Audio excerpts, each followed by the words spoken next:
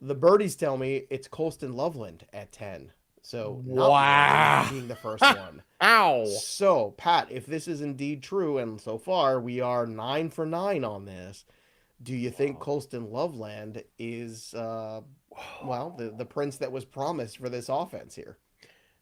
Asked the question earlier, Joe. Are we so sure that Tyler Warren is the best tight end in this draft? Colston Loveland is 2 years younger, has longer arms, and like his stats don't pop out at you the way Tyler Warren's stats from 2024 do, but there were some mitigating circumstances. One, Michigan was extremely run heavy in their national championship season. Two, their quarterbacking was a complete dumpster fire last year. But like Loveland has a lot of potential as a pass catching tight end and maybe some blocking upside too.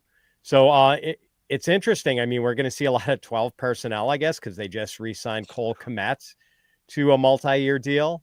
And so you've got Loveland, Cole Kmet, Well, DJ Moore, maybe you and don't see Roma Cole Dunstead. Kmet. Maybe you Maybe see they Cole Kmet go somewhere else in the next 2 days.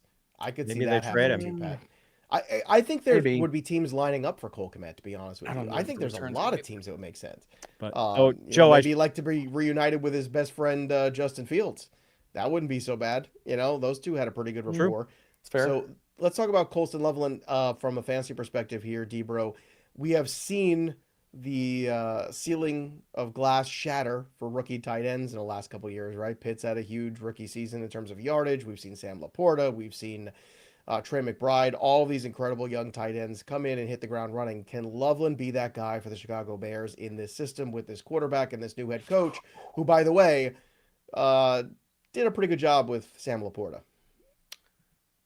My hope is yes. My worry is if Cole Kmet stays there, are they going to play Loveland like a 60-70% snap share, like route share?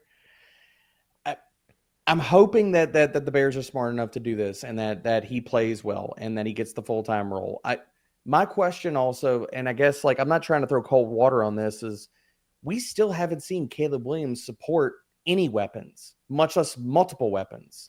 Well, I guess And you could say so Keenan Allen for some of the year. yeah, but I mean, like, and none of those wide receivers had good years statistically. None of them, not even DJ Moore. But okay, so counterpoint to that, could he have possibly got into a worse coaching staff with a worse offensive coordinator and a worse head coach? So I think Ben Johnson's a great offensive mind. I think he was going to take look if you give him any terrible offensive line to work with too. Pat, my counter argument is I think the landscape is much better year over year theoretically in Chicago to possibly support Loveland as being a tight end one, maybe somebody ranked as what 10, 11, 12 in redraft. I could see that. Yeah, Joe. And by the way, you talked about the recent success of rookie tight ends, and one of those was Sam Laporta, who had that success with his play caller being Ben Johnson, who's now Right. going to be the play caller for Colston Loveland. So I think there is a path for Loveland to be impactful if indeed we see Caleb take the next step. And the Bears have improved the offensive line, and they've gotten him a better offensive choreographer in Ben Johnson. So we are positioned for Caleb to take a step up if he's capable of it. They are doing everything they can to make things easier for Caleb. And now Warren would fall right in the lap of Indianapolis. So that's a good one here from Jazz Mead in the chat, too.